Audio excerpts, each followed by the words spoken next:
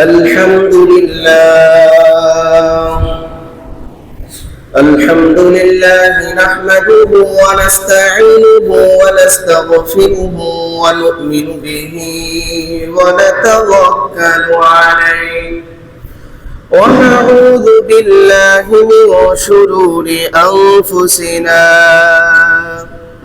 من يهده الله فلا مضل له ومن يضلله فلا هادي له ونشهد أن لا إله إلا الله وحده لا شريك له ونشهد أن سيدنا وسندنا وحبيب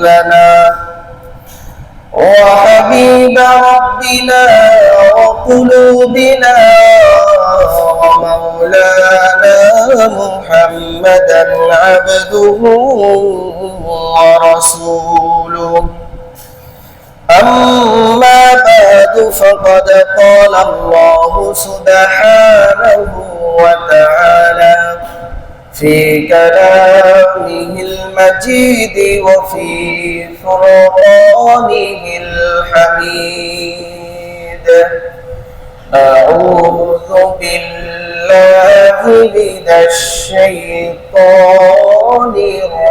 الرجيم بسم الله الرحمن الرحيم يسألونك عن الخمر والميسر قل فيهما إثم كبير ومنافع للناس وإثمهما أكبر من نفعهما وقال رسول الله صلى الله عليه وسلم الخمر أم الفواحش وأكبر الكبائر من شربها وقع على أمه وخالته وعمته أو كما قال عليه الصلاة والسلام আমরা সকলেই মুহাব্বতের সাথে দুরূদ শরীফ পাঠ করি اللهم صل على محمد وعلى آل محمد كما صليت على إبراهيم وعلى آل إبراهيم إنك حميد مجيد اللهم بارك على محمد وعلى آل محمد كما باركت على إبراهيم وعلى آل إبراهيم إنك حميد مجيد اللهم صل وسلم دائما على حبيبك خير الخلق كلهم الله رب العالمين الغرباني লাখ কোটি শুকরিয়া যে মহান রব্বুল আলামিন আপনাকে এবং আমাকে জুমার নামাজ আদায় করার জন্য দুনিয়ার মধ্যে সর্বশ্রেষ্ঠ ঘর আল্লাহর ঘর মসজিদে আসার মতো বসার মতো তৌফিক এনায়েত করেছেন আমরা সকলেই দিল থেকে বলি আলহামদুলিল্লাহ আল্লাহ রাব্বুল আলামিন আমাদের নবী করিম সাল্লাল্লাহু আলাইহি ওয়াসাল্লামকে রাসূলগণের মধ্যে নবীগণের মধ্যে সর্বশেষ রাসূল করিম সাল্লাল্লাহু আলাইহি ওয়াসাল্লামকে পাঠিয়েছেন রাসূল করিম সাল্লাল্লাহু আলাইহি ওয়াসাল্লামের উপরে ইসলাম কিয়ামত পর্যন্ত চলবে কিয়ামত পর্যন্ত চলার জন্য আগত মানুষদের যা কিছু দরকার সবকিছু রব্বুল আলামিন এই কোরআনে পাক অর্থাৎ ইসলামী শরীয়তের মধ্যে দিয়ে দিয়েছেন সুবহানাল্লাহ কোনটা মানুষের জন্য কল্যাণকর, কোনটা মানুষের জন্য ক্ষতিকর, এই বিষয়টি আল্লাহ তাআলা রাসূল করিম সাল্লাল্লাহু আলাইহি ওয়াসাল্লামের মাধ্যমে আমাদেরকে জানিয়েছেন, যাতে করে মানুষেরা ক্ষতিকর বিষয়গুলোকে পরিহার করে তাদের জন্য যেগুলো ভালো, কল্যাণকর, লাভজনক সেগুলো গ্রহণ করে দুনিয়া এবং আখিরাত উভয় জগতে যেন তাহারা সাফল্যমণ্ডিত হতে পারে। এজন্য রব্বুল আলামিন কিছু জিনিসকে হালাল আর কিছু জিনিসকে হারাম করেছেন। নিষিদ্ধ প্রত্যেকটা জিনিসের মধ্যে এক একটি কারণ বর্ণনা করা হয়েছে। যতগুলো নিষেধের বিষয়ে পবিত্র কোরআনে কারীমের মধ্যে আয়াত এসেছে, তার মধ্যে একটি নিষিদ্ধ বিষয়ের নাম হচ্ছে মাদক। একটি বিষয়ের নাম হলো মাদক এবং জুয়া। এই মাদক এবং জুয়া সম্পর্কে সাহাবায়ে কেরাম রাদিয়াল্লাহু তাআলা আনহুম রাসূল করিম সাল্লাল্লাহু আলাইহি ওয়াসাল্লামের কাছে জিজ্ঞাসা করেছিলেন যে মাদক এবং জুয়া সম্পর্কে আপনাকে জিজ্ঞাসা করা হবে। সেটা আল্লাহ তাআলা সূরাতুল বাকারার মধ্যে তুলে ধরেছেন। আল্লাহ তাআলা বলেছেন, ইয়াসআলুনাকা আনিল খামরি ওয়াল মাইসির, মানুষেরা আপনার কাছে মাদক এবং জুয়া সম্পর্কে প্রশ্ন করবে, জানতে চাইবে, জিজ্ঞাসা করবে। কুল ফীহিমা ইসমুন কাবীর, যখন আপনার কাছে মানুষেরা জিজ্ঞাসা করবে তখন আপনি তাদেরকে বলে দেন এই মাদক এবং জুয়া উভয়টার মধ্যে বড় অপরাধ, বড় গুনাহ রয়েছে। ওয়া মানাফিউ লিন-নাস, গুনাহ আছে, আবার মানুষের জন্য কিছু লাভও আছে, উপকারও আছে। এই ব্যাখ্যায় মুফাসসিরিন ইকরাম বিভিন্ন ব্যাখ্যা লিখেছেন। এখানে গুনাহের যে বিষয়টা সেটা তো আমাদের সামনে ক্লিয়ার। অন্য আয়াতের মধ্যে আল্লাহ তাআলা বলে দিয়েছেন, ইন্নামা ইউরিদু শাইতানু আইয়ুকিআ বাইনাকুমুল আদাওয়াতা ওয়াল বাগদা, যে শয়তান তোমাদেরকে চায় এই মাদক এবং জুয়ার মাধ্যমে তোমাদের পরস্পরের মাঝে শত্রুতা বৃদ্ধি করার জন্য, মারামারি, কাটাকাটি, ঝগড়া সৃষ্টি করার জন্য। এরপরে তোমাদেরকে নামাজ থেকে, আল্লাহর জিকির থেকে, কল্যাণকর কাজ থেকে তোমাদেরকে বিরত রাখতে চায় এই মাদক এবং জুয়ার মাধ্যমে। অর্থাৎ এই কাজগুলো অবশ্যই খারাপ, এটা হলো গুনাহের কাজ। এরপরে ওয়ামানাফিউ লিন-নাস, মাদকের মধ্যে, জুয়ার মধ্যে মানুষের জন্য কিছু উপকারও আছে। আল্লাহ তা বলেছেন, এটা তো এর সত্যতা আছে না? যেমন একজন মাদক বিক্রেতা, সে কয়েক বছর আগে রাস্তার ধারের ছোট একটা টং দোকানের মধ্যে পান বিক্রি করত, কিন্তু যখনই সে মাদক বিক্রি করা শুরু করলো, সে আস্তে আস্তে ওই টং দোকান থেকে আজকে সমাজের মধ্যে প্রভাবশালী টাকাওয়ালা মানুষ হয়ে গিয়েছে। আছে না এমন? একটা সময় খাবার পেত না, কিন্তু মাদক কারবারের সাথে জড়িত হওয়ার পর থেকে তার খাবার সে নিজে খায়, তার ফ্যামিলি খায়, আশেপাশের আরো অনেক মানুষও তার খাবার খায়। তাহলে উপকার আছে না নাই? কিছু উপকারের কথা বলা হয়েছে। আবার জুয়া, জুয়া খেলতে খেলতে একজন মানুষ একেবারে গরিব থেকেও কখনো কখনো জুয়ার টাকা প্রত্যেক দিন জিততে জিততে একটা সময় সে একেবারে গরিব থেকে বড়লোক হয়ে যায়। এই যে উপকারের কথা আল্লাহ তাআলা বললেন, যে এর মধ্যে গুনাহও আছে, অপরাধও আছে, আবার উপকারও আছে।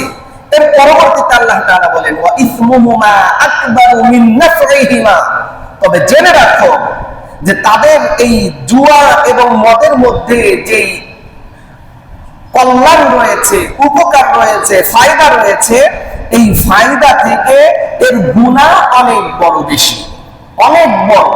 অর্থাৎ একজন মানুষ যতই টাকার মালিক হোক না কেন, যতই সম্পদের মালিক হোক না কেন, সেটা মদের মাধ্যমে, মাদকের মাধ্যমে হতে পারে, জুয়ার মাধ্যমে হতে পারে, কিন্তু একজন মানুষ সে যখন মাদক আসক্ত হয়ে একেবারেই মাতাল হয়ে যাবে, তখন সে কাকে মারবে আর কার সাথে গ্যাঞ্জাম করবে, তার এই টাকাও তাকে রক্ষা করতে পারবে না। গুনাহ তো আছে, এটা বাস্তবিক একটা বিষয় বললাম। তাহলে এর গুনাহ তার ফায়দার চাইতে, উপকারের চাইতে বড় বড় গুনাহ। সুতরাং তোমরা এই মাদক এবং জুয়া থেকে তোমরা বিরত থাকো। সম্মানিত হাজিরিন, আমরা গত জুমায় মাদক সংক্রান্ত কিছু আলোচনা করেছিলাম। আজকের জুমায়ও ইনশাআল্লাহ মাদক সংক্রান্ত সংক্ষিপ্ত আলোচনা করব। আল্লাহ তাআলা যেন তৌফিক দান করেন, সকলে বলেন আমিন। মাদক এমন একটি বিষয়, এই মাদক সেবী শুধুমাত্র নিজে ধ্বংস হয় না, শুধুমাত্র নিজেকে শেষ করে দেয় না, বরং মাদক সেবী সে নিজেকে শেষ করে দেয়, ধ্বংস করে, নিজের ফ্যামিলিকে ধ্বংস করে, নিজের সমাজকে ধ্বংস করে, নিজের রাষ্ট্রকে সে ধ্বংস করে ফেলে।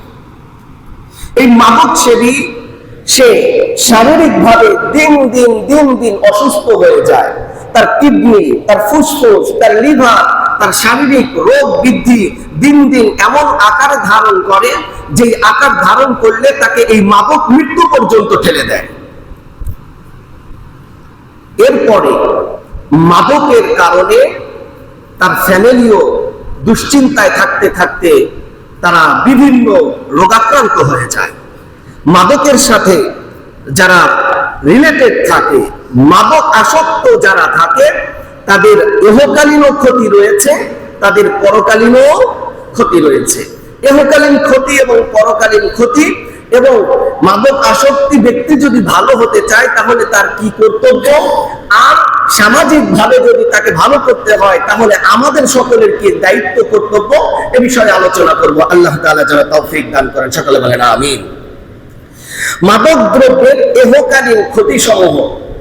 এক নম্বরে, মাদক দ্রব্য ভ্রষ্টতার লক্ষণ, অর্থাৎ যদি কোনো ব্যক্তি মাদক গ্রহণ করে ওই ব্যক্তিটা ভ্রষ্ট, ওই ব্যক্তিটা পথভ্রষ্ট হিসাবে আল্লাহর কাছে চিহ্নিত হয়ে যায়। চিৎকার মেরে বলি নাউযুবিল্লাহ।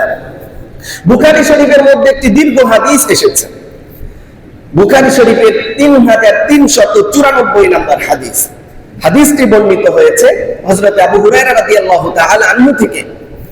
তিনি বলেন, নবী করিম সাল্লাল্লাহু আলাইহি ওয়াসাল্লাম বলেছেন, যেই রজনীতে আমাকে মেরাজে নিয়ে যাওয়া হলো, আমাকে যেই রজনীতে মেরাজের সফর করানো হলো, মেরাজের সফরে আমি হযরতে মূসা আলাইহিস সালাতু ওয়াস সালামের সাথে সাক্ষাৎ করলাম, অর্থাৎ আমি মূসা আলাইহিস সালাতু ওয়াস সালামের দেখা পেলাম। তিনি কেমন ছিলেন, তার শারীরিক গঠন, তিনি হালকা পাতলা গড়নের ছিলেন এবং তিনি তার চুলগুলো কুকরানো ছিল না। তাকে দেখে মনে হচ্ছিল সে একজন শানুয়া গোত্রের মানুষ। এরপরে নবী করিম সাল্লাল্লাহু আলাইহি ওয়াসাল্লাম বলেন, ঈসা আলাইহিস সালাতু ওয়াস সালামের সাথেও এই রজনীতে দেখা হয়েছিল। তার শারীরিক গঠন ছিল, তিনি মধ্যম দেহের অধিকারী, একেবারে মোটাও না, একেবারে চিকনও না। তিনি লাল বর্ণের চেহারার অধিকারী ছিলেন। কেমন যেন তাকে মনে হচ্ছে কেবলই গোসল করে হাম্মামখানা থেকে তিনি বের হয়েছেন। এরপরে নবী করিম সাল্লাল্লাহু আলাইহি ওয়াসাল্লাম বলেন, এই দুই নবীর সাথে যে আমার সাক্ষাৎ হলো, দুই নবীর মধ্যে হযরতে ঈসা আলাইহিস সালাতু ওয়াস সালামের সাথে আমার হযরতে ইব্রাহিম আলাইহিস সালাতু ওয়াস সালামের সন্তানদের মধ্যে আমি তার সাথে বেশি সাদৃশ্যপূর্ণ, অর্থাৎ চেহারার দিক থেকে আমি হযরতে ঈসা আলাইহিস সালাতু ওয়াস সালামের সাথে সাদৃশ্যপূর্ণ। সুবহানাল্লাহ, জোরে বলেন। এরপরে রাসূল করিম সাল্লাল্লাহু আলাইহি ওয়াসাল্লাম বললেন, আমার সামনে দুইটা পাত্র আনা হলো, এক পাত্রের মধ্যে দুধ, আরেক পাত্রের মধ্যে মদ রয়েছে, মাদক ছিল। তখন আমাকে বলা হলো যে তোমার সামনে দুইটা পেয়ালা দেওয়া হয়েছে, এই দুইটা পেয়ালার মধ্যে তোমার যেটা ইচ্ছা, যেটা তোমার চয়েস হয়, পছন্দ হয়, তুমি চাইলে দুধও পান করতে পারো, তুমি চাইলে মাদকও গ্রহণ করতে পারো, মদও পান করতে পারো। তখন রাসূল করিম সাল্লাল্লাহু আলাইহি ওয়াসাল্লাম এই দুই পেয়ালার মধ্যে রাসূল করিম সাল্লাল্লাহু আলাইহি ওয়াসাল্লাম দুধের পেয়ালা ধরলেন। সুবহানাল্লাহ, জোরে বলেন। এবং তিনি এই দুধের পেয়ালা থেকে দুধ পান করলেন। যখনই দুধের পেয়ালা তিনি গ্রহণ করে দুধ পান করলেন, তখনই আল্লাহ তাআলার পক্ষ থেকে বলা হলো যে তুমি তো ফিতরাত অর্থাৎ স্বভাবগত প্রকৃতি অর্থাৎ ভালো সহজ সুন্দর একটি জিনিস তুমি গ্রহণ করেছো। আর পরে বলেন যে আম্মা ইন্নাকা লাউ আখাযতাল খামরা গাওয়াত উম্মাতুকা, যদি তুমি এই দুধের পেয়ালার পরিবর্তে মদের পেয়ালা ধরতে, তাহলে তোমার উম্মতরা পথভ্রষ্ট হয়ে যেত। নাউযুবিল্লাহি মিন যালিক। তাহলে মদের যারা মদ ধারণ করেছে, যারা মদ আঁকড়ে ধরেছে, যারা মদ সেবন করে, যারা মাদকের সাথে জড়িত, তারা পথভ্রষ্টতার মধ্যে রয়েছে। এজন্য আমরা খুব খেয়াল করব এই মাদকের সাথে যেন আমরা কেউ জড়িত না থাকি। 2 নাম্বার, মাদক আসক্ত হওয়া নিজেকে ধ্বংস করার নামান্তর। অর্থাৎ যে ব্যক্তি মাদকের সাথে অ্যাক্টিভ হয়ে গিয়েছে, ওই ব্যক্তি নিজেকে কুরে কুরে ধ্বংস করে দিচ্ছে। এই কথাটা আল্লাহ তাআলা সূরাতুল বাকারার 195 নম্বর আয়াতের মধ্যে বলেন, ওয়া আনফিকু ফি সাবিলিল্লাহ, তোমরা তোমাদের সম্পদকে আল্লাহর রাস্তায় খরচ করো।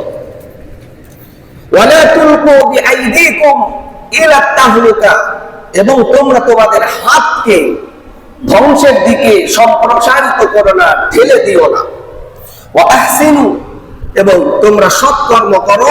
ইন্নাল্লাহা ইউহিব্বুল মুহসিনিন, নিশ্চয়ই আল্লাহ তাআলা সৎ কর্মশীলদেরকে আল্লাহ তাআলা পছন্দ করেন। এই আয়াতে কারিমার মধ্যে আল্লাহ বললেন ওয়ালা তুলকু বিআইদিকুম ইলা তাহলুকা, তোমরা তোমাদের হাতগুলোকে তোমরা ধ্বংসের দিকে ঠেলে দিও না। অর্থাৎ যেই সমস্ত কাজ করলে, যেই টাকা খরচ করলে, যেই জিনিসটা খাইলে আপনার শরীর, আপনার দেহ, আপনার সবকিছু নষ্ট হয়ে যাওয়ার সম্ভাবনা রয়েছে, ওই জিনিসটার দিকে আপনাকে আল্লাহ তাআলা নিষেধ করেছে। এগুলো খাওয়া যাবে না, এগুলো করা যাবে না, এই পথে খরচ করা যাবে না। আপনার সম্পদ, আপনি মাদক কিনতেছেন, একটা ইয়াবা পাইকারি নাকি 150 টাকা পিস। এটা যখন ফিল্ডে আরেকজন ক্রেতার কাছে বিক্রি করা হয়, তখন 250 থেকে 300 টাকা যায়। আবার ইসলামকাল পাত্র রেটে 500, 1000, 1500 হয়ে যায়। তাহলে একটা ইয়াবা, সামান্য একটা ট্যাবলেট, এই ট্যাবলেটটা কিনতে যদি 1500, 1000, 500 টাকা খরচ হয়, তাহলে এই মানুষটা ইয়াবা না কিনে যদি সে তার ফ্যামিলির জন্য বাজার সদাই করতো, তাহলে ফ্যামিলি 1 সপ্তাহ কমপক্ষে খাইতে পারতো। এজন্যই বলেছে ওয়ালা তুলকু বিআইদিকুম ইলা তাহলুকা, তোমরা তোমাদের হাতগুলোকে এই ধ্বংসের দিকে সম্প্রসারিত করো না, ছেড়ে দিও না। আর মাদক খাইলে নিজের শরীর কেমন হয়, যারা খায় তাদের চেহারা দেখলেই বোঝা যায়। যারা এই মাদকের সাথে জড়িত, আপনার বিড়ি, সিগারেট, পান, জর্দা ইত্যাদি, এগুলো খাওয়ার মাধ্যমে কি শারীরিক ক্ষতি হয় না? আপনি সিগারেটের গায়েই তো লেখা থাকে ধূমপান স্বাস্থ্যের জন্য ক্ষতিকর, ধূমপান ক্যান্সারের লক্ষণ। আপনি যখন ধূমপান করবেন, আপনার ক্যান্সার হওয়ার সম্ভাবনা 100% থাকবে। আপনি যখন ধূমপান করবেন, আপনার লিভার নষ্ট হওয়ার সম্ভাবনা রয়েছে, ফুসফুস নষ্ট হওয়ার সম্ভাবনা রয়েছে। এরপরে আপনার ক্যান্সার হওয়ার, আপনার যত ধরনের ভিতরগত যা আছে সব কিছু জ্বলে পুড়ে ছাই হয়ে যাওয়ার সম্ভাবনা রয়েছে। তাহলে যেই মাদক, যেই সিগারেট খেতে গিয়ে, যেই বিড়ি খেতে গিয়ে আপনার ক্যান্সার হওয়ার সম্ভাবনা রয়েছে, যেই জর্দা, যেই সিগারেট, যেই বিড়ি, যেই ইয়াবা, যেই মদ, যেই গাঁজা, যেই ফেন্সিডিল, যেই সব ধরনের মাদক আছে, যেগুলো খাওয়ার কারণে আপনার শারীরিক ক্ষতি হওয়ার সম্ভাবনা রয়েছে, আপনার আর্থিক ক্ষতি হওয়ার সম্ভাবনা রয়েছে, আপনার মানসিক ক্ষতি হওয়ার সম্ভাবনা রয়েছে, আল্লাহ ওই সব কিছুকে হারাম করে দিয়েছে। সুবহানাল্লাহ, জোরে কোন দেখেছেন? এজন্য যারা বলে বিড়ি খাওয়া তো হুজুর কোথাও হারাম লেখা হয় নাই, সিগারেট খাওয়া তো হারাম লেখা হয় নাই, আপনার তো এই বিড়ি খাওয়ার কারণে, সিগারেট খাওয়ার কারণে আপনার শারীরিক ক্ষতি হওয়ার সম্ভাবনা আছে না নাই? এই এক কারণে, এই আয়াতের কারণে আপনার বিড়ি খাওয়া হারাম। আপনি কোথাও পাবেন না, তার কারণ রাসূলের যুগে আপনার বিড়ি খাওয়ার এই বিড়ি ছিল না। খুব খেয়াল করতে হবে সম্মানিত হাজির। এরপরে এ ব্যাপারে একটি হাদিস এসেছে, ইবনে মাজাহ 2340 নম্বর হাদিস। এই হাদিসের মধ্যে রাসূল করিম সাল্লাল্লাহু আলাইহি ওয়াসাল্লাম ক্বাদা আল্লা দিরারা দারারা ওয়ালা দিরারা, আল্লাহ রাসূল সাল্লাল্লাহু আলাইহি ওয়াসাল্লাম সিদ্ধান্ত দিয়ে দিয়েছেন ইসলামের মধ্যে নিজেকে ক্ষতি করা, অন্যকেও ক্ষতি করা বৈধ নয়। বৈধ যেই জিনিস করলে আপনার নিজের ক্ষতি হবে। এখন বলবেন আমার বাপের টাকা দিয়ে আমি বিড়ি খাই, আমার বাপের টাকা দিয়ে আমি মাদক খাই, আপনি বলার কি? ইসলাম বলে যে আপনাকে যদি মুসলমান দাবি করতে হয় তাহলে আপনি মাদকের সাথে অথবা ক্ষতিকর জন্তুর সাথে, ক্ষতিকর বস্তুর সাথে আপনার কোনো সম্পর্ক থাকতে পারবে না। এখানে আপনার শরীর তো আপনার না। আপনি মনে করেন যে এই শরীরটা আপনাকে এমনিতে দেওয়া হয়েছে, মাদক আর বিড়ি সিগারেট খাওয়ার জন্য দেওয়া হয়েছে? এই শরীরটা দেওয়া হয়েছে যাতে আপনি খাবার খেয়ে এনার্জি নিয়ে আল্লাহর ইবাদত করতে পারেন। আর যেই জিনিসগুলো খাইলে আপনার এনার্জি লস হবে, এনার্জি শেষ হয়ে যাবে, আপনার শরীর দিন দিন রোগাক্রান্ত হয়ে যাবে, ওই সমস্ত জিনিস থেকে বেঁচে থাকার কথা বলা হয়েছে। লা দারারা ওয়ালা দিরারা, আপনি নিজেও ক্ষতি করতে পারবেন না নিজের শরীরকে, আবার অন্যকেও আপনি ক্ষতি করাইতে পারবেন না। অন্যকেও আপনার এই মাদকের প্রতি দাওয়াত দিয়ে মাদকে আপনি তাকে অংশগ্রহণ করাইতে পারবেন না। খুব খেয়াল করতে হবে, এগুলো ইসলামে হারাম করা হয়েছে। সম্মানিত হাজিরিন, 3 নাম্বার যেই ক্ষতি, মাদকাসক্ত ব্যক্তি মুমিন থাকে না। অর্থাৎ যখন একজন মুমিন মানে কি বলেন তো? ইমানদার। মুমিন মানে কি? ইমানদার। ইমান হলো এমন একটি জিনিস, ইমান কি আপনি দেখছেন? ইমান কি দেখা যায়? যায় না। কিন্তু ইমান অদৃশ্য থেকেও ইমান এমন পাওয়ারফুল, ইমান যার মধ্যে আছে ওই ব্যক্তিকে সমস্ত খারাপ কাজ থেকে বাঁচিয়ে রাখে, সমস্ত সৎ কাজের প্রতি তাকে পরিচালিত করে। এই হলো ঈমান। আরেকজন মানুষ যখন ঈমানদার নিজেকে দাবি করে কিন্তু গুনাহের মধ্যে অ্যাক্টিভ থাকে, আল্লাহর রাসূলের ভাষায় ওই ব্যক্তিটা দাবি করতে পারে কিন্তু সে ঈমানদার হতে পারে না। আমার ভাইয়েরা, বুখারী শরীফের মধ্যে হাদিস এসেছে, রাসূল করিম সাল্লাল্লাহু আলাইহি ওয়াসাল্লাম বলেছেন, লা ইয়াজনি যানি হিনা ইয়াজনি ওয়া হুয়া মুমিন। যখন কোন জিনাকারী ব্যক্তি জিনা করে, ঈমানদার মনে করে যে আমি জিনা করতেছি, তাওবা করে শেষ করে ফেলবো। ও মুসলমান, শুনে রাখো, আল্লাহর রাসূল কে বলেছেন, লা ইয়াজনি যানি, জিনা করতে পারে না, হিনা ইয়াজনি ওয়া হুয়া মুমিন, যখন সে জিনা করে তখন তার ঈমানটা থাকে না, সে মুমিন থাকে না। অর্থাৎ জিনা করার টাইমের মধ্যে ওই ব্যক্তির ঈমানটা তার অন্তরে থাকে না। নাউযুবিল্লাহ, জোরে কোন। ওয়ালা ইয়াসরিকু সারিকু হিনা ইয়াসরিকু ওয়া হুয়া মুমিন, কোন মুমিন চোর কখনো মুমিন হতে পারে না। অর্থাৎ যখন কোন মুমিন ব্যক্তি চুরি করে তখন তার মধ্যে ঈমান থাকে না। ওয়ালা ইয়াশরাবুল খামরা হিনা ইয়াশরাবুহা ওয়া হুয়া মুমিন, যখন কোন মাদক সেবী মাদক খায়, মাদক গ্রহণ করে, মাদক বিক্রি করে, মাদক বহন করে, মাদক বানায়, এই সমস্ত ব্যক্তিরাও ঈমানদার থাকতে পারে না। কথাটা বলেছেন রাসূল করিম সাল্লাল্লাহু আলাইহি ওয়াসাল্লাম। সুতরাং যে সমস্ত মানুষ মাদক কারবারির সাথে জড়িত, ওই সমস্ত মানুষদেরকে আমরা উদাত্ত আহ্বান জানাবো, যদি ঈমানদার থাকতে হয়, ঈমান বাঁচাতে হয়, তাহলে এখনই তাওবা করে মাদক ছেড়ে দিতে হবে। আল্লাহ তাদেরকে তৌফিক ইনায়েত করেন, সকলে বলেন আমিন। সম্মানিত হাজিরিন, খুব খেয়াল করব, একটা মানুষ ঈমানদারি থাকে না, কত বড় একটা অপরাধ এই মাদক, কত বড় অপরাধ এই চুরি করা, কত বড় অপরাধ একটা জিনা করা, এই সমস্ত কাজেই বর্তমানে সবচাইতে বেশি মানুষ জড়িত হয়ে যাচ্ছে। জিনাটা এখন সবার কাছে ভাত মাছের মতো হয়ে গিয়েছে। পরকীয়া প্রত্যেকটা গ্রামে মহল্লার মধ্যে এমন ভাবে ছড়িয়ে পড়েছে যার ভাষায় প্রকাশ করা যায় না। এরপরে মাদক তো প্রত্যেকটা মানুষের রন্ধ্রে রন্ধ্রে পৌঁছে যাচ্ছে। খুব খেয়াল করতে হবে। আমরা একটা সময় ছোট্টকালে এত মাদকের বেশি ব্যবস্থা ছিল না, কিন্তু গত 5-7 বছরে এমন বেশি মাদক বেড়েছে যে আপনার পরবর্তী প্রজন্মকে আপনি রেখে যাবেন এটা নিয়েও দুশ্চিন্তা আছে না নাই? যে কার সাথে ঘুরতেছে, কার সাথে ফিরতেছে, কার কাছে গেলে সে মাদকের সাথে অ্যাক্টিভ হয়ে যাবে, এই দুশ্চিন্তায় বাবা মাদের ঘুম হয় না। আমার ভাইয়েরা,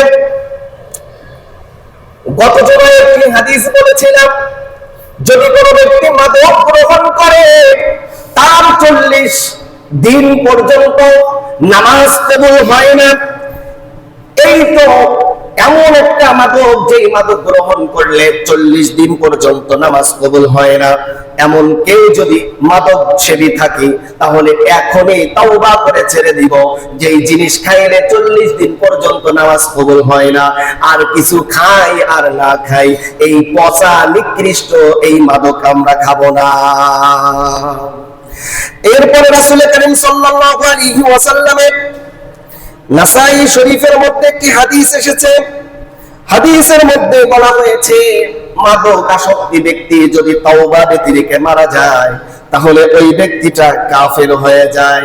কাফের হয়ে যায় অর্থাৎ কাফের হয়ে যাওয়ার অর্থ হলো, কাফেরের যেমন ভাবে নামাজ কবুল হয় না, কাফেরের যেমন ভাবে কোনো তাওবা কবুল হয় না, কাফেরের যেমনি ভাবে কোনো নেক আমল কবুল হয় না, মাদক আসক্ত ব্যক্তির জন্য 40 দিন পর্যন্ত তার কোনো কিছুই কবুল হয় না। এজন্য মাদক ছেড়ে দিতে হবে। পারবো না ইনশাআল্লাহ? আল্লাহ কবুল করেন, সকলে বলেন আমিন। সম্মানিত হাজিরিন, মাদকের সাথে জড়িত এরকম যারা থাকে তাদের উপরে অভিশাপ, 10 শ্রেণীর ব্যক্তির উপরে অভিশাপ আমি গত জুমায় বলেছিলাম। এরপরে 7 নম্বরে যে ইহকালীন ক্ষতি, সেটা হলো নেশা খাওয়া। নিজের মায়ের সাথে, নিজের খালার সাথে, নিজের ফুফুর সাথে জিনা করার সমতুল্য। চিৎকার মেরে বলতে হবে নাউযুবিল্লাহ। আল্লাহ আল্লাহ হেফাজত করেন, সকলে বলেন আমিন। আমরা এর আগে আরেকটি পাপের কথা জানি, সেটা হলো সুদ। যদি কোনো ব্যক্তি সুদ খায় তাহলে তার সর্বনিম্ন গুনাহ হচ্ছে নিজের মায়ের সাথে জিনা করা, আর সর্বোচ্চটা হচ্ছে আল্লাহর সাথে যুদ্ধ করা। আর যদি কোনো ব্যক্তি নেশা খায়, মাদকের সাথে জড়িত হয়ে যায়, ওই ব্যক্তিটাও কেমন যেন তার মায়ের সাথে জিনা করলো। সে মাদকের সাথে জড়িত হলো না, কেমন যেন সে তার মায়ের সাথে, খালার সাথে, ফুফুর সাথে জিনার মধ্যে জড়িত হয়ে গেল। নাউযুবিল্লাহি মিন যালিক। সহিহুল জামে 3345 নম্বর হাদিস, عن ابن عباس رضي الله تعالى عنه قال سمعت النبي صلى الله عليه وسلم قال الخمر أم الفواحش وأكبر الكبائر। আল্লাহ রাসূল বলেন, এই মাদক হলো সমস্ত পাপের মূল, এবং বড় যত অপরাধ আছে ওই অপরাধগুলোর মধ্যে সবচাইতে বড় অপরাধ হলো মাদক। তার কারণ হচ্ছে, একজন মানুষ যখন মদে খায় মাতাল হয়ে যায় তখন তার হিতাহিত জ্ঞান ঠিক থাকে না। মাদক খাওয়ার পরে, মাতাল হওয়ার পরে, কে তার মা, কে তার বোন, কে তার খালা, কে তার চাচি, ফুফু, মামি ইত্যাদি কোনো কিছুই তার হিতাহিত জ্ঞান থাকে না। আমার ভাইয়েরা, এজন্যই বলা হয়েছে উম্মুল ফাওয়াহিশ। তখন সে কাকে মারবে, সে কার সাথে কি ঝগড়া করবে, এগুলো তার কন্ট্রোলের বাইরে থাকে। এবং যত ধরনের বড় বড় অপরাধ আছে এই মাদক সেবী ব্যক্তির মাধ্যমে সংঘটিত হওয়ার আশঙ্কা রয়েছে। এজন্যই বলা হয়েছে আকবারুল কাবাইর, কবিরা গুনাহের মধ্যে সবচাইতে বড় কবিরা গুনাহ। আল্লাহর নবী বলেন, মান শারিবাহা ওয়া ক্বালা উম্মিহি ওয়া খালাতিহি ওয়া আম্মাতিহি। নবী করিম সাল্লাল্লাহু আলাইহি ওয়াসাল্লাম বলেন, যেই ব্যক্তিটা মাদক সেবন করবে ওই ব্যক্তিটা কেমন যেন তার মায়ের সাথে, তার খালার সাথে, তার ফুফুর সাথে জিনায় লিপ্ত হয়ে গেল।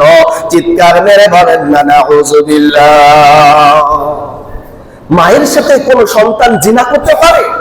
খালার সাথে পারে, ফুফুর সাথে পারে, এগুলো পাথরও পারে না। কিন্তু মাদকের সাথে জড়িত হওয়ার কারণে তার আমলনামায় এই গুনাহগুলো লেখা হচ্ছে।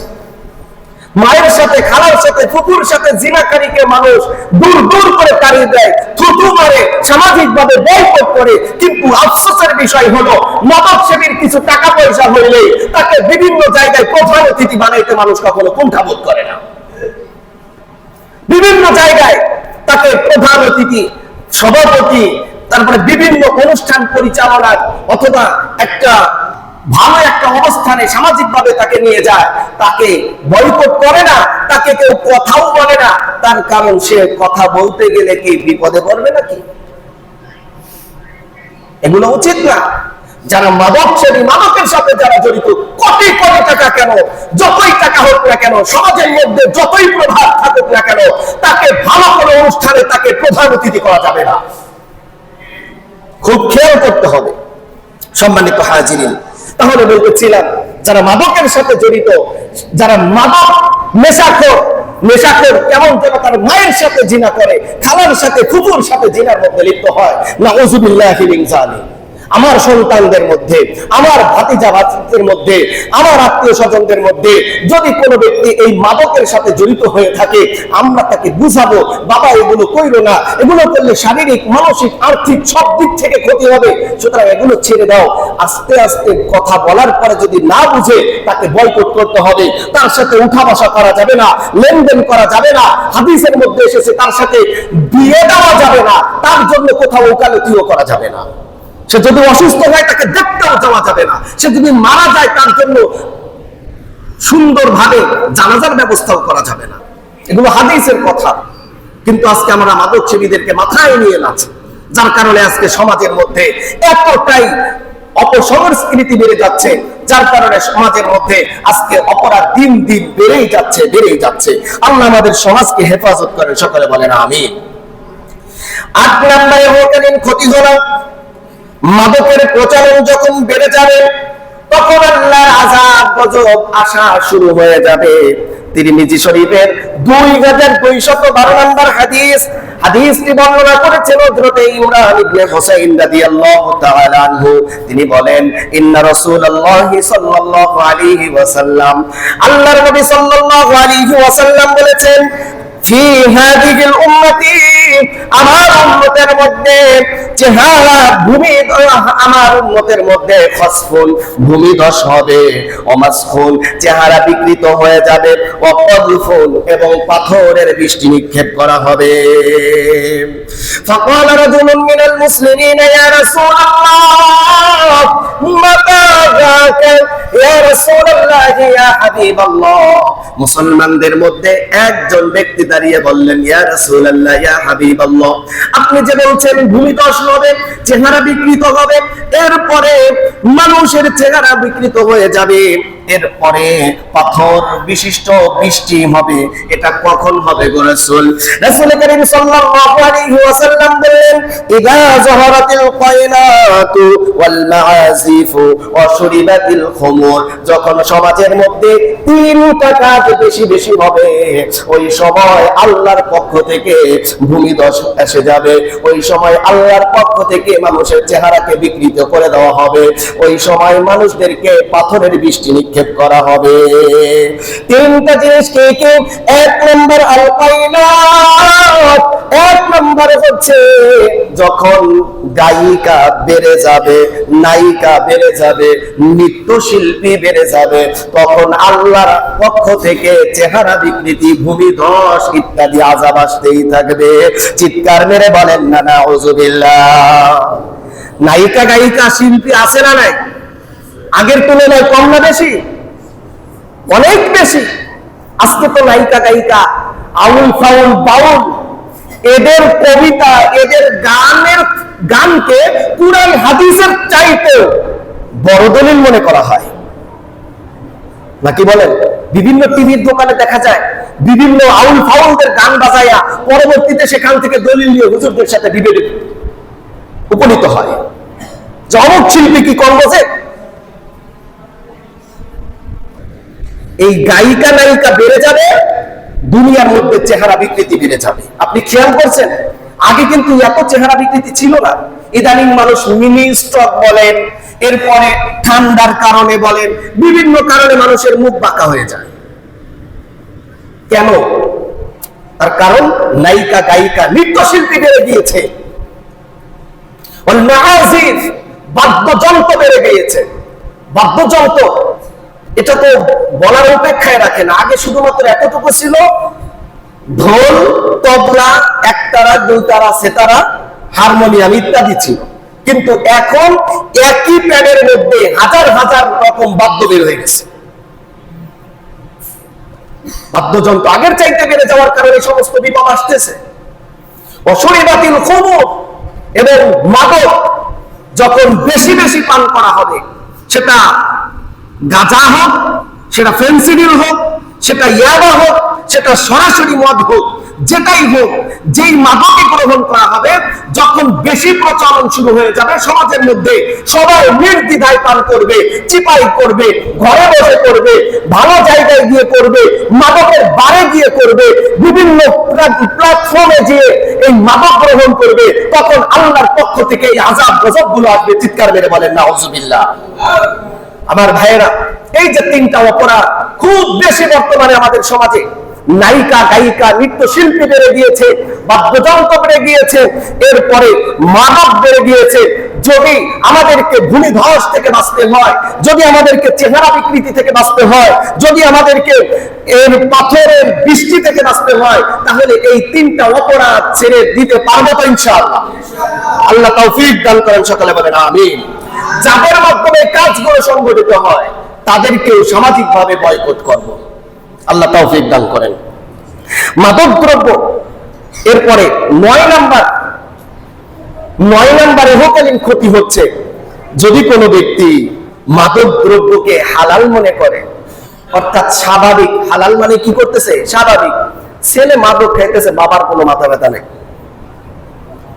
সমাজের যারা নিচে শ্রেণী বা উচ্চ শ্রেণী আছে, সমাজের মধ্যে মাদকের সরাসরি মাদক এর ব্যাপারে কথা বলার জন্য নেতৃত্ব স্থানে যারা আছে, তাদের কোনো মাথা ব্যথা নাই, স্বাভাবিক হয়ে গিয়েছে। এইরকম যদি মনে করা হয় তাহলে ধ্বংস ডেকে আনার লক্ষণ। এটা আমার কথা নয়, হাদিসের মধ্যে সহিহুত তারগীব ওয়া তারহীবের 2386 নম্বর হাদিসের মধ্যে রাসূল করিম সাল্লাল্লাহু আলাইহি ওয়াসাল্লাম বলেন, ইদা ইস্তাহাল্লাত উম্মতি খামসান, যখন আমার উম্মত 5টা জিনিসকে হালাল মনে করবে, ফাআলাইহিমুদ দিমা, তখন তাদের উপরে আল্লাহর পক্ষ থেকে আযাব গজব ধ্বংস নাযিল হয়ে যাবে। নাউযুবিল্লাহ, জোরে বলেন। ইদা যাহারাতিত তালাউন ওয়া শারিবুল খুমুর ওয়া লাবিসুল হারির ওয়াত্তাখিযুল কিনাত ওয়াক্তাফার রিজালু বিল রিজালি ওয়ান নিসাউ বিন নিসা, যখন মানুষের মধ্যে মদ স্বাভাবিক হয়ে যাবে, হালাল মনে করবে, যখন রেশমের পোশাক পুরুষরা পরা হালাল মনে করবে, এরপরে গায়িকা নায়িকাকে তারা আঁকড়ে ধরবে, ওয়াক্তাফার রিজালু বির রিজাল, এবং পুরুষেরা পুরুষের জন্য যথেষ্ট, অর্থাৎ তাদের বিয়ে শাদী লাগবে না, পুরুষ আরেকজন পুরুষের সাথে সমকামী হিসেবে নিজেকে পরিচয় দিবে, ওয়ান নিসাউ বিন নিসা, এবং একজন মহিলা আরেকজন মহিলার সাথে সে যথেষ্ট মনে করবে, অর্থাৎ তাদের পুরুষের সাথে বিয়ে হওয়াকে তারা যথেষ্ট মনে করবে না, তারা নারীর সাথে নারী বিবাহ করাকে যথেষ্ট মনে করবে। এরপরে যখন বেশি বেশি অভিশাপ দেওয়া শুরু হবে, তখন আল্লাহর পক্ষ থেকে এই উম্মতের উপরে গজব চলে আসবে। নাউযুবিল্লাহ, জোরে বলি। এর মধ্যে একটা কিছু হইলেই মা বাবার সাথে গ্যাঞ্জাম, ছেলে মায়ের কথা শুনে না, অথবা একটু উল্টাপাল্টা হয়, তখন কি করে? তোর মুখ যেন আমি না দেখি, আল্লাহ যেন তোর উপরে ঠাটা ফেলে না। অভিশাপ সমাজের মধ্যে আছে না নাই? অভিশাপ দিচ্ছে, এরকম যদি মানে স্বাভাবিক মনে করে ফেলে। এরপরে মদ, এটা তো সমাজের মধ্যে আছে।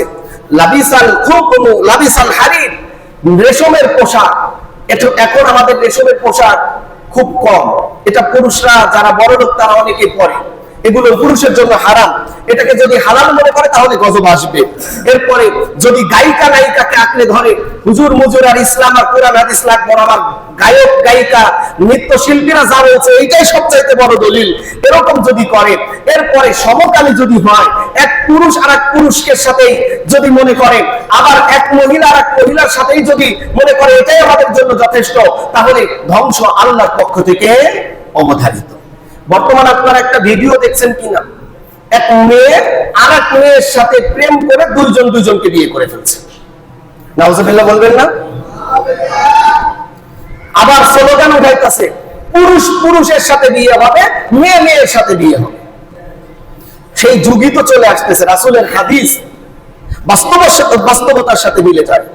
আমার ভাইয়েরা, খুব খেয়াল করতে হবে, আমাদেরকে এই সমস্ত অপকর্ম থেকে বেঁচে থাকতে হবে। আল্লাহ আমাদেরকে তৌফিক দান করেন, সকলে বলেন আমিন। এরপরে 10 নম্বর ইহকালীন ক্ষতি হচ্ছে ফেরেশতারা মাদকাসক্ত ব্যক্তির নিকটবর্তী হয় না।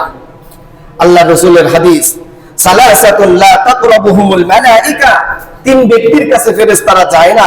আল জুনুবু, যার উপরে গোসল ফরজ, এই ব্যক্তির উপরে তার কাছে রহমতের ফেরেশতারা যায় না। এই জুনুব বলে একটু কথা আমাকে বলতে হয়। যুবক ছেলেরা যারা আছে তারা 12, 13, 14, 15 বছরের বালেগ হয়, অথবা 18 বছরে বিয়ে যদি না দেয়, মাঝে মাঝে স্বপ্নে তো হতেই পারে। এখন সে যদি ওই সময়ে উঠে গোসল করে নামাজ পড়তে আসে, তাহলে সে নিজেকে লজ্জাবোধ মনে করে, এজন্য সে গোসল না করে ঘুরে বেড়ায়। অথচ আল্লাহর হুকুম হলো যখনই কারো উপরে গোসল ফরজ হয়ে যাবে সাথে সাথে সে গোসল করে নেবে। এটা হলো, এখন বলে যে মা বাবা কি মনে করবে, ভাবিরা কি বলবে, বড় ভাই কি বলবে, আল্লাহ কি বলবো, এটা নিয়ে তার কোনো চিন্তা নেই। এই যদি কেউ এই ফরজ গোসল অবস্থায় ঘুরে বেড়ায়, তাহলে তার কাছে রহমতের ফেরেশতারা যায় না। এরপরে অসাকরাত, এরপরে যারা মাদক আসক্ত, এই মাদক আসক্তিদের কাছেও রহমতের ফেরেশতারা যায় না। এরপরে বলা হয়েছে অল মুতাজাম্মাখু বিল খুলুক, এই 2-3টার কারণে তাদের কাছে রহমতের ফেরেশতারা আসে না। এরপরে আল্লাহ রাসূল আরেকটি হাদিসের মধ্যে বলেছে মুদমিনুল খামরি কাআবিদি ওয়াসনি, যে ব্যক্তি মাদক আসক্ত, মাদক খাইলো, সে কেমন যেন মূর্তি পূজা করলো। নাউজুবিল্লাহ বলবেন না? একজন মুসলমান মূর্তি পূজা করতে পারে না, কিন্তু যে মাদক খায় সে কেমন যেন এই মূর্তি পূজা করে।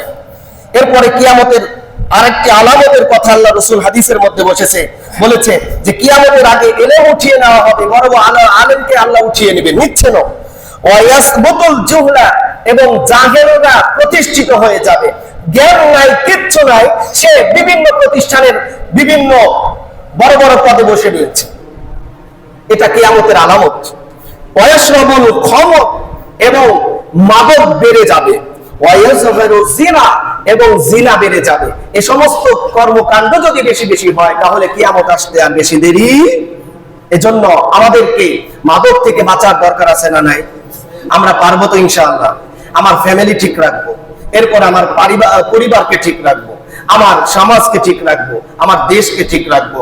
আল্লাহ তাআলা আমাদেরকে মাদক মুক্ত সমাজ গড়ার, মাদক মুক্ত সন্তান গড়ার তৌফিক এনায়েত করেন। ওয়া আখিরু দাওয়ানা আলহামদুলিল্লাহি রাব্বিল